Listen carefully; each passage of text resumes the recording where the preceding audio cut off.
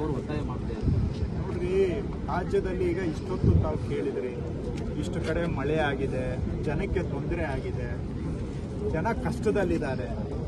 BJP ಅವ್ರಿಗೆ ಇದು ಯಾವುದಾದ್ರೂ ಸಂಬಂಧ ಇದೆಯಾ? ರಾಜ್ಯದಲ್ಲಿ ಇವ್ರಿಗೆ ರಾಜಕೀಯ ಮೇಲಾಟ ಮಾಡೋದಕ್ಕೆ ಇದೇನಾ ಸಮಯ? ರಾಜ್ಯದಲ್ಲಿ ಲಕ್ಷಾಂತರ ಜನ ಮಳೆಯಿಂದ ಕಷ್ಟಕ್ಕೆ ಸಿಕ್ಕಾಕೊಂಡಿರುವಾಗ ಬಿಜೆಪಿ ಅವ್ರಿಗೆ ಜನಗಳ ಕಡೆಗೆ ಒಂಚೂರು ಗಮನ ಇಲ್ಲ. ಅವ್ರಿಗೇನಾಗಬೇಕು? ಇವರ ರಾಜಕೀಯ ಮೇಲಾಟ ಆಗಬೇಕು. ಕರ್ನಾಟಕದ ಜನ ವೋಟ್ ಹಾಕಿ 136 ಸೀಟು ಕೊಟ್ಟು ಗೆಲ್ಲಿಸಿ ಮಾಡಿರುವಂತ ಸರ್ಕಾರವನ್ನ ಏನನ ಮಾಡಿ ಉರುಳಿಸಬೇಕು, ಕೆಡಬೇಕು. ಜನಗಳಿಂದ ಆಯ್ಕೆ ಆಗಿರೋ ಸರ್ಕಾರವನ್ನ ಕೆಡಬೇಕು. ಇಷ್ಟೇ ಅವರಿಗೆ ರಾಜಕೀಯ ಗುರಿ. ಅದಕ್ಕೆ ಸಮಯ ಇಲ್ಲ, ಸಂದರ್ಭ ಇಲ್ಲ, ಬರೀ ರಾಜಕೀಯ ದಾಹ. ಏನೇ ಮಾಡಿ ಇವರಿಗೆ ಅಧಿಕಾರದಿಂದ ಹೊರಗಡೆ ಇರಕ್ಕಾಗೋದಿಲ್ಲ. ಅಧಿಕಾರದಿಂದ ಹೊರಗಡೆ ಅಂದ್ರೆ ಈ ಮೀನನ್ನ ನೀರಿಂದ ಎದ್ದು ಹೊರಗಡೆ ಬಿಟ್ಟಂಗೆ ಆಗೋಗಿದೆ ಇವಾಗ ಬಿಜೆಪಿ ಅವರು. ಏನೇ ಮಾಡಿ ಅಧಿಕಾರ ಬೇಕು, ಏನಾರ ಮಾಡಿ ಉರುಳಿಸ್ಬೇಕು ಸರ್ಕಾರ. ಅದಕ್ಕೆ ಯಾವ ಮಟ್ಟಕ್ಕೆ ಹೋಗಿದ್ದಾರೆ ಅಂದ್ರೆ, ಆ ಗವರ್ನರ್ನು ಕೂಡ ದುರುಪಯೋಗ ಮಾಡಿಕೊಂಡು ಸರ್ಕಾರನ ಬುಡಮೇಲು ಮಾಡೋದಕ್ಕೆ ಇವರು ಒಂದು ಪಿತೂರಿಯನ್ನ ಮಾಡ್ತಾ ಇದ್ದಾರೆ. ಇದಕ್ ಮೊದಲು ಏನ್ ಮಾಡಿದ್ರು?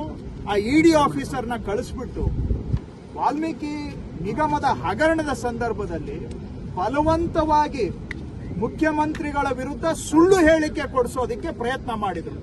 ಒಬ್ಬ ಕಲ್ಲೇಶ್ ಅಂತ ಅಧಿಕಾರಿಯನ್ನ ಕರೆದುಬಿಟ್ಟು ಸಿಎಂ ಹೆಸರು ಹೇಳು ಅಂತೇಳಿ ಬಲವಂತ ಮಾಡಿ ಸಿಎಂ ನ ಶಿಕ್ಷೋದಕ್ಕೆ ಪ್ರಯತ್ನ ಮಾಡಿದ್ರು.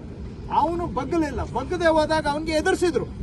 ನೀನೇನಾದ್ರೂ ಸಿಎಂ ವಿರುದ್ಧ ಹೇಳಿಕೆ ಕೊಡ್ಲಿಲ್ಲ ಅಂದ್ರೆ ನಿನ್ಗೆ 7 ವರ್ಷ ಜೈಲ್ಗೆ ಹಾಕ್ತೀವಿ ಅಂತ ಎದುರಿಸ್ತಾರೆ ಒಬ್ಬ ಸರ್ಕಾರಿ ಗ್ರೂಪ್ ಎ ಅಧಿಕಾರಿಗೆ.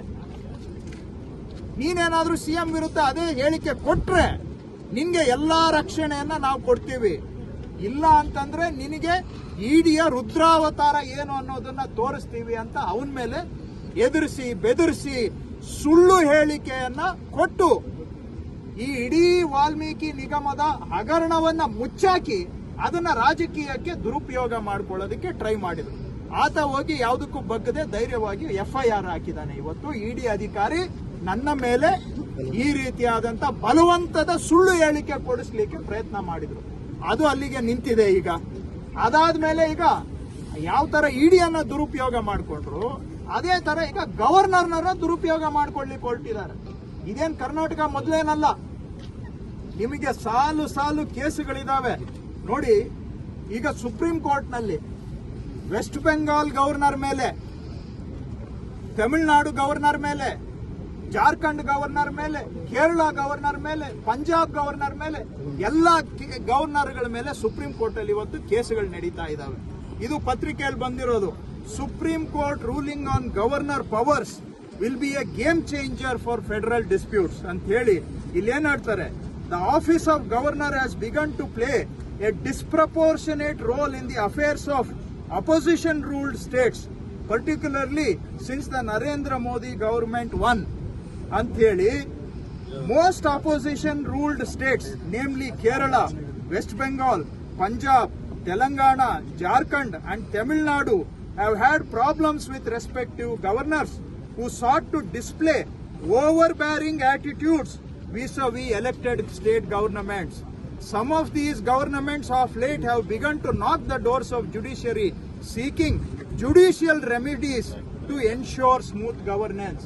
ಅದನ್ನೇ ಇವತ್ತು ಮುಂದುವರಿಸಿ ಕರ್ನಾಟಕದಲ್ಲೂ ಕೂಡ ರಾಜ್ಯಪಾಲರನ್ನ ದುರುಪಯೋಗ ಮಾಡಿಕೊಂಡು ಜನ ಕನ್ನಡಿಗರಿಂದ ಆಯ್ಕೆ ಆಗಿರುವ ಕಾಂಗ್ರೆಸ್ ಸರ್ಕಾರವನ್ನ ಬುಡಮೇಲು ಮಾಡತಕ್ಕಂತ ಪಿತೂರಿ ಬಿಜೆಪಿಯವರು ರಾಜ್ಯಪಾಲರ ಕಡೆಯಿಂದ ಮಾಡಿಸ್ತಾ ಇದ್ದಾರೆ. ಆದ್ರೆ ನಾವು ಅದಕ್ಕೆ ಬಗ್ಗೋರಲ್ಲ.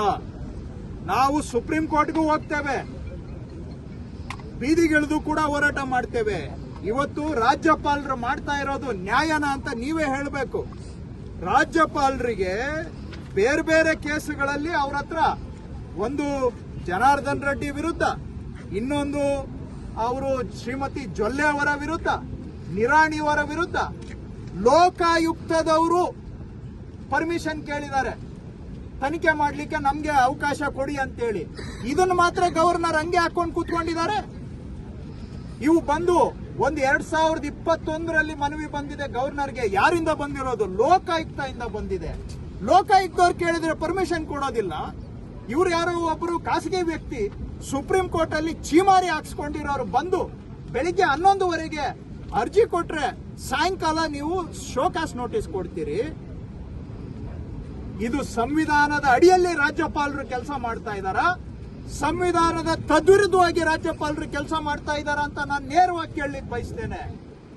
ನೀವು ಸಂವಿಧಾನದ ಕೆಳಗಡೆ ಗವರ್ನರ್ ಆಗಿದ್ದೀರಾ, ಸಂವಿಧಾನದ ಮೇಲ್ಗಡೆ ಕೂತಿದ್ದೀರಾ, ನೀವು ಸಂವಿಧಾನ ಎತ್ತಿ ಹಿಡಿಯೋದಕ್ಕೆ ಬಂದಿದ್ದೀರಾ, ಸಂವಿಧಾನವನ್ನ ಹಾಳು ಮಾಡಕ್ಕೆ ಬಂದಿದ್ದೀರಾ, ಪ್ರಜಾಪ್ರಭುತ್ವ ಉಳಿಸೋದಕ್ಕೆ ಬಂದಿದ್ದೀರಾ, ಜನಗಳಿಂದ ಆಯ್ಕೆ ಆಗಿರೋ ಸರ್ಕಾರವನ್ನ ಬುಡಮೇಲು ಮಾಡಿ ಪ್ರಜಾಪ್ರಭುತ್ವವನ್ನು ಕಿತ್ತು ಹಾಕಕ್ಕೆ ಬಂದಿದ್ದೀರಾ. ಉತ್ತರ ಕೊಡಬೇಕು ಮಾನ್ಯ ರಾಜ್ಯಪಾಲರು.